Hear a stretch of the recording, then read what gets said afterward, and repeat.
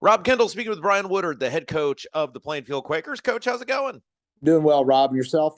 Doing just great. Fun game on Friday night. I was listening to it here from the studio. Really enjoyed the back and forth. Obviously not the outcome we wanted, but man, hung tough with a really good football team. Yeah, it is a disappointing outcome, and there's no question about that. I'm not going to try to sugarcoat anything because at the end of the day, the scoreboard is the ultimate measure. I did tell our kids at the end of the game that, if effort and heart and want to, earned you points, you would have won the game. Talking to Coach Peebles after the game, I mean, the first thing he said to me as he shook my hand was, "You guys deserve to win the game. You played harder than our kids did, but you don't get points for play hard, right? For playing hard." So, it was disappointing for sure. A lot of missed opportunities. Kind of going back to the same kind of common theme there. Week one, missed opportunities. But I mean, it's football game, and against a good opponent. And I thought our kids obviously competed well. We just got to get better, and I don't really know any other way of saying it. And that's the challenge for us as coaches to plan for that, and our players obviously to answer the bell on their end. Well, let's talk about obviously the big play in the game was an 80-yard run, and we talked about last week about limiting those big plays, which kind of hurt you against Greenfield Central. Something you're concerned about, or something you say, "Hey, look, it's early on in the season. We'll get better at it as it goes along." No, I think my number one measurable for us defensively is explosive plays, right? And that's obviously a large explosive play. I mean, if you look at the game statistically, Lafayette Harrison had a great deal of success statistically, but we limited them everywhere else. They did have the couple big plays, right? A big run was one of those, which was really disappointing because we had just blocked the punt, just scored a touchdown, and they come right back and hit us with a long run. And that was absolutely a play where we didn't have the right run fit, and our outside linebacker was a place he wasn't supposed to be, and that's what happens on defense. We talked about the same thing last week with the long pass play. I mean, if you don't do your job on defense, the potential result is 6 points the other way. So, it is concerning for sure, but it's an issue that it's not a physical issue like, hey, we were in the right spot, we just got our butt kicked. It was we weren't in the right spot, and that's what happened. So it's a teachable thing for sure.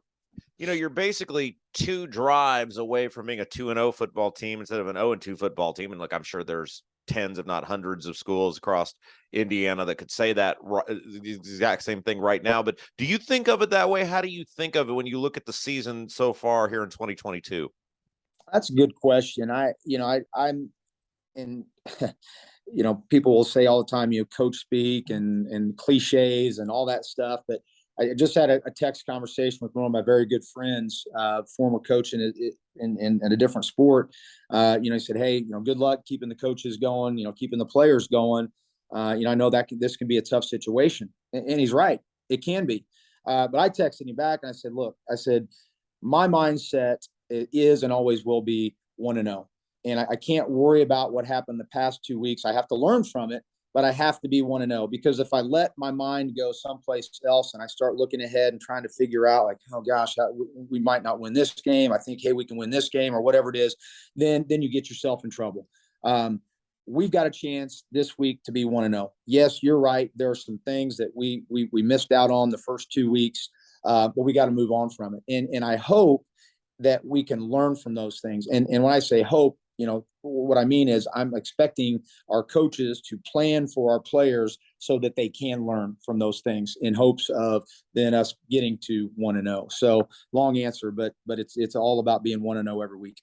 Look at the offensive side of the ball. Obviously, you got one in the end zone with the rush. You got one in the end zone with the pass. It does seem like there's been a pretty balanced approach to the offense so far this year, and you guys are moving the football. We just got to get more consistent. I mean, that's the bottom line. We start off the game doing a really nice job. We're running the ball. We're taking some easy things. We get a 4th down and short, and we don't convert. Okay, whatever. But the first quarter by and large was fairly successful. Same thing at the end of the game. Fourth quarter fairly successful. We had this long stretch of time in the middle of the game, third quarter especially, where we weren't able to do anything. And what was so disappointing about that is our defense is absolutely, they were balling. I mean, it was fun to watch. It was the most fun. And I'm biased because I'm a defensive coach. I coach the outside linebackers, but I mean, it was just fun. Like, they were taking the field like, this is awesome. And it would have been so great to see our offense to be able to capitalize on that momentum. So when I talk consistency, I'm also talking about playing a little bit more what we call complementary football. When the defense gives us the ball back, we got to take it and go do something with it. Let's thank the sponsors who make Plainfield football possible, make our broadcast possible as well. CCB Contracting, Geodis, Gunnell Financial, Julia Burbridge of Remax Centerstone Plainfield, Kyle Burnfield, mortgage lender at Flagstar Bank, Team Turley, Fairway Mortgage, Bailey and Wood Financial Group, African Plum Home, My IT Indy at myitindy.com, I-70 Wrecker Service and Garage, BGW Construction LLC, Beacon Sign Company, Jeff Brown Photography, and Karen Alexander Photography. All right, Coach, let's look ahead to this week. We're back at home, Mooresville, and man, that was an exciting game last year. Mooresville's got some dudes, and they can move the football. Yeah, they got one of the best around, quarterback. The Patterson kid is, you remember him from the past couple of years. Seems like he's been there for a long time. Finally, he's going to be graduating, but he can make you pay with his arm. He can make you pay on improvised kind of scramble plays. He can make you pay with designed runs. The Hogan Denny kid that they have that plays both ways for him. He's a fantastic football player. I mean, they have guys up and down the roster that are very, very good. Their linebacker play is very solid. It's like, Mooresville's been a great group here the past several years, and it's a team that's just south of us.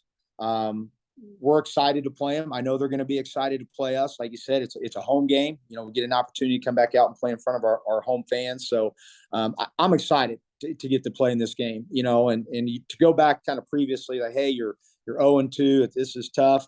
Man, we get to play a football game. There's going to come a time, all these guys, all these seniors, and they wake up, they roll out of the rack, and they're no longer a football player, and it's over. To have these type of games, it's going to be a great atmosphere. It's going to be a great weather night, I think. I'm jacked. I'm excited. So I'm looking forward to it. Yeah, you mentioned the quarterback for Mooresville, and man, he does. I always thought that as an IU fan with Brian Cardinal basketball for years. It was like, this guy is like 93 years old and still playing. Yeah. It seems like he's been there forever. How do you go about defending a guy that can beat you in 90 different ways? Number one, most important thing is you have to have great edges to your defense. And when we say edges, we're talking about that. Whether it's your defensive end or your outside linebacker, of making sure that him specifically doesn't break that contain. And I think that's the start, because if he breaks your edge and he gets outside, if you're watching an NFL game, if he escapes the pocket, right? If he escapes the pocket, it just makes it more challenging. Now all of a sudden he is a threat to run it. He is a threat to pass it. I mean, he's going to be good regardless of what you do, but you at least have to try to, take that away, take those spots of the field away as best you can. And then from there, you just got to be able to run with him. I mean, he's a big guy too. It's not like, he's a 175-pound kid that's just kind of shifty and fast. I mean, he's a big cat. So like I said earlier, we know we've got our hands full, and there's just certain things. Sometimes you do all the right things and he still gets you, so what are you going to do? Does who's on the other side of the ball change what you do on offense? And I mean that from the perspective of, I remember last year in that game, it was a shootout, and it was like, you guys would score real fast. And I think we were saying on the air at the time, it's like, that was pretty fast to score. Maybe we should try to run 5 or 6 minutes to keep these guys off the field. Does that change at all what you guys do offensively? Who's on the other team's offense? Great question. Sometimes it can. I think, one of the things that's different for us this year, and in previous years, we've been get up to the line of scrimmage and freeze and go, or just go really, really, really fast. This year, our plays are coming in from the sideline more. So we're snapping the ball with under 10 seconds anyhow. So from the time clock perspective, it doesn't really impact us. What I would say, and I just had this very conversation with our offensive staff, and we just talked about it with complimentary football. When we have that opportunity to turn them over, or whatever it is, we get the ball back. We've done something well defensively. We cannot go 3 and out. Okay, we don't necessarily have to score, but we have to build on that momentum. So we have to possess the football. So I think one of the key parts of this for us is going to be time of possession on Friday night. And I think that indicator, the higher that number is for us, the better. Obviously, to have a high time of possession number is great. You want to score points though with it too. So it's both of those things. But yeah, you're absolutely on the right track. I think there are times where you absolutely want to keep them off the field, and you do that by possessing the football. What are the coaches' meetings like for you guys over the weekend? Because obviously, when you guys hit the ground running Monday, you got to have a game plan. You got to tell the kids, here's what we're doing. Can you maybe just take us through what these coaches' meetings over the weekends are like for you? Yeah, for sure. So, we're mandatory Saturday morning, 6 a.m. That's when we load in, and that's when coaches have to report to the office. We have a full staff meeting at 7:15 on Saturday morning, where we discuss we discuss positives, negatives, challenges, and practice improvements. And I have a script I go through. We talk injuries, depth chart, all that kind of stuff too. And then we're with our kids a little bit. We do some strength conditioning stuff. And that's Saturday. This morning is, for a Sunday morning rather, 9 a.m. arrival time by coaches, full staff meeting at 10. And we kind of roll from there. Scouting reports are due to players by 4:30 p.m. And then Monday is a kind of a condensed staff meeting at 3:25, where our offensive and defensive staffs both kind of come together, and we make sure that our practice plans for Monday through Thursday that they mesh together. So that's kind of a button it up kind of day. So it's a long weekend, and that's high school football. Yeah. And I think, man, I mentioned that because people see all these coaches on the sidelines and they think, oh yeah, that might be fun. You show up on Friday night and coach high school football. The amount of effort that these people put in for like $7 is unbelievable. And along with that, I mean, we've got a staff of approximately 17, 18 coaches. Not all those coaches are here every day, but most of them are. And add those 17, 18 coaches, we have 10 paid spots. And if you're an assistant right now working for me, you're making $3,700 for an entire year. That's not counting, in February when you're in the weight room 4 days a week. And doing those things. So, when people are critical of us, and fine, be critical of me all day long. Just understand what you're being critical of, and understand, we're just not rolling the dice on play calls. We're doing the best job we can. We're working our tails off. Sometimes it just, the ball doesn't bounce your way, but in terms of effort, we're busting our tails, and I'm really proud of our staff, all the football coaching staffs across the state. I mean, there's not very many slouches anymore. Guys really work hard at it, and our product on Friday night shows.